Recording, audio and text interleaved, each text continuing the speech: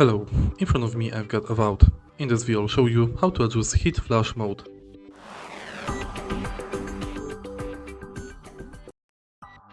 In the beginning, let's go to settings and go to game. Scroll down and find hit flash mode. Adjust between disabled, flinches only and always. The effect provides immediate feedback during combat, making it easier to recognize successful hit or when damage is taken.